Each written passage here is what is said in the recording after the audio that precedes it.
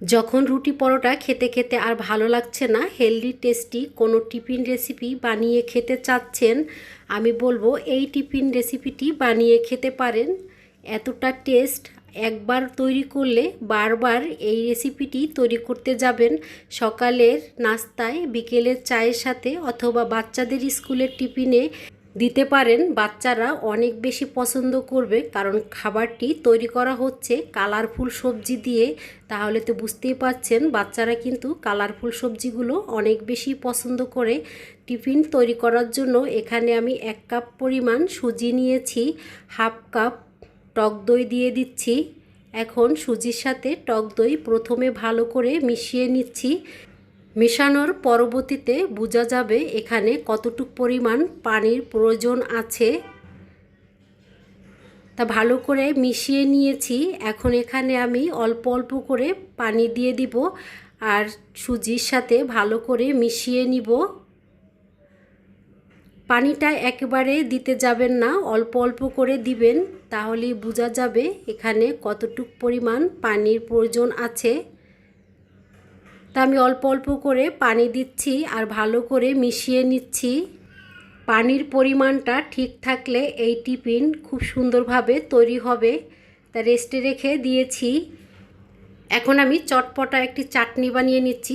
চাটনি বানানোর জন্য এখানে আমি ধনেপাতা নিয়েছি, দিয়ে দিচ্ছি সামান্য পরিমাণ আদা কুচি, 2টা কাঁচামরিচ, আর দিয়ে দিচ্ছি পরিমাণ মতন বিট লবণ, আর এখন দিয়ে দিব টক দই। তার পরিমাণ মতন টক দই দিয়ে আমি চাটনিটা বানিয়ে নিয়েছি। আর এই টক দইটা অনেক টক ছিল, সেজন্য এখানে আমি আর লেবুর রস দিলাম না, কারণ টকের পরিমাণটা একদম ঠিকঠাক ছিল। সামান্য পরিমাণ এখানে চিনি দিয়েছিলাম, সেই ভিডিওটা স্কিপ হয়ে গেছে, সেজন্য বলে দিয়েছি। আর দেখতেই পাচ্ছেন ভাই বোনেরা, চাটনিটা বানানো কিন্তু খুব সুন্দর হয়েছে আর খেতেও কিন্তু দারুণ ছিল।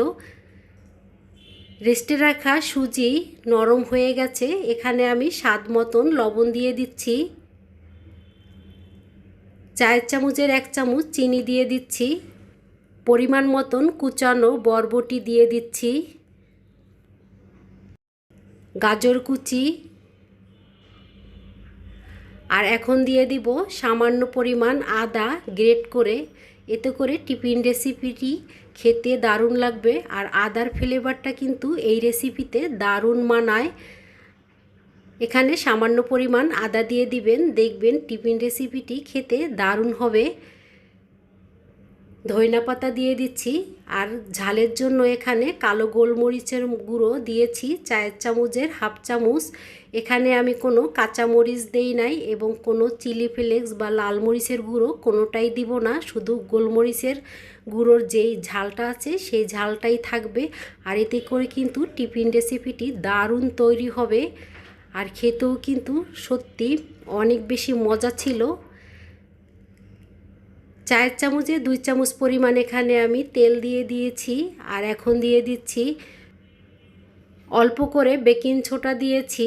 এখন ভালো করে মিশিয়ে নিব, আর মিশানোর এক পর্যায়ে দেখা যাবে এই ব্যাটারটা অনেকটাই হালকা হয়ে যাবে। যে সকল ভাই বোনেরা এখন পর্যন্ত ধৈর্য সহকারে ভিডিওটা দেখছেন, রেসিপিটি ভালো লাগলে একটা লাইক দিয়ে দিবেন, আর আশা করি ভাই বোনেরা ফুল ভিডিওর সাথে থাকবেন।